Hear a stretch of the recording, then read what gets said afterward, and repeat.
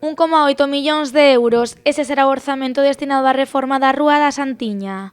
O Concelleiro de Obras de Pontevedra presentou hoxe o proxecto básico de rehabilitación integral desta rúa e deixou claro cales son os dous obxectivos principais desta intervención.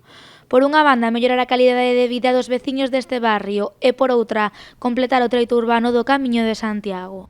Vai, por suposto, mellorar a calidade urbana desta rúa e, ademais, vai completar o treito urbano do Camiño de Santiago e vai facer que Pontevedra siga sendo, non converterse, sino que siga sendo a cidade que mellor trata o Camiño de Santiago, probablemente de todas polas que o atravesan. Nesta actuación, o Concello estenderá o modelo de cidade de Pontevedra a este barrio.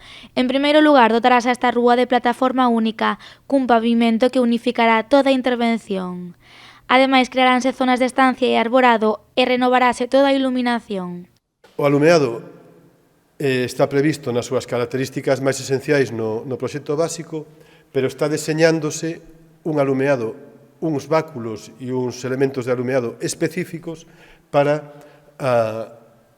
este treito do Camiño de Santiago, que os báculos, as farolas que se coloquen aquí, os brazos dende a parede, sexan propios desta zona do Camiño de Santiago.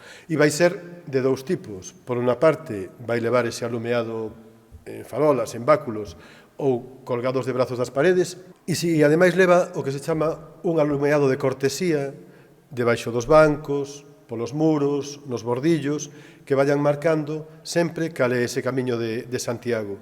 En último lugar, o Goberno local renovará tamén outros servizos como o de saneamento e o de augas. A intención do Concello é tramitar este proxecto antes de primavera, para así poder comezar as obras de cara a finais de ano.